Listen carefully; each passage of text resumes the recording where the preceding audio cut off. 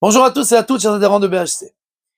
La Gemara pose la question, où avons-nous une allusion à Aman de la Megillat Esther dans la Torah? La Gemara nous répond, dans le verset où Dieu pose la question à Adam Arishon, est-ce qu'il a mangé du fruit interdit? Alors il est écrit là-bas, Amin ha'etz, est-ce que du fruit interdit tu as mangé? Amin, c'est les lettres Aman, ce sont les mêmes lettres.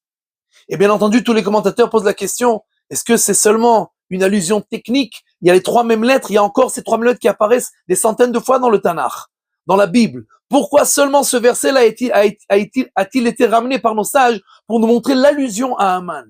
Mais nous savons que tout ce que nous disent nos sages, ce sont des choses qui sont essentielles, qui sont dans l'essence, pas dans le technique. Et la question d'Akadosh Baruch Hu à Adam Arishon, qu'est-ce qu'elle était cette question? Dieu lui dit, écoute, tiens un arbre là-bas, un pommier, mange, c'est une mitzvah. Des pamplemousses, mange. Avocat, mange. Des oranges, mange. Des mandarines, mange. Des nectarines, mange. Tout, je te permets de manger. Cet arbre-là, je te demande de ne pas y toucher. Le seul que je te demande de ne pas y toucher. Amina etz asher amarti lecha lo lechol achalta. Tu n'as pas pu te retenir de tous les arbres que je t'ai permis, je t'en ai interdit un seul.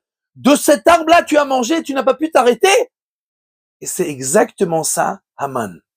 Haman, la Megillah nous raconte que quand il vient chez sa famille, il leur dit, j'ai plein d'enfants, j'ai plein d'argent, j'ai plein de respect, je suis le premier ministre, et tout le monde se prosterne devant moi. Mais il y a Mordechai qui se prosterne pas devant moi. Kol ze eneno shoveli. Tout ça ne vaut rien pour moi. Tout ce que j'ai, si j'ai pas Mordechai aussi qui se prosterne, tout ça ne vaut plus rien. C'est exactement la même chose que Adam Arishon.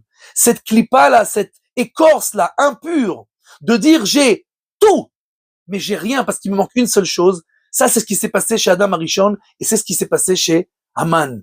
Et nos sages nous apprennent que toutes les écorces impures qu'il y avait dans le monde, elles restent dans toutes les générations. Et nous devons nous rappeler, est-ce que nous faisons bien attention de ne pas être dans cette écorce de Haman? Dieu nous donne tellement de choses bien, Dieu nous gâte tellement, avec tellement de choses extraordinaires. Et des fois, il nous manque une chose, ou quelque chose n'est pas à 100%, et on a l'impression tout ça ne vaut rien. Et on est dans l'écorce de Haman. On est dans la faute de Adam Arishon, que on lui a tout donné, et une chose on lui a interdit, et tout ça ne valait plus rien pour lui. Rappelons-nous, on a tout, et c'est pas une chose qui va nous faire annuler tout ce qu'on a, et nous mettre en dépression, au lieu d'être joyeux et reconnaissant à Kadosh Baruch Hu pour tous les bienfaits qu'il nous donne tout le temps.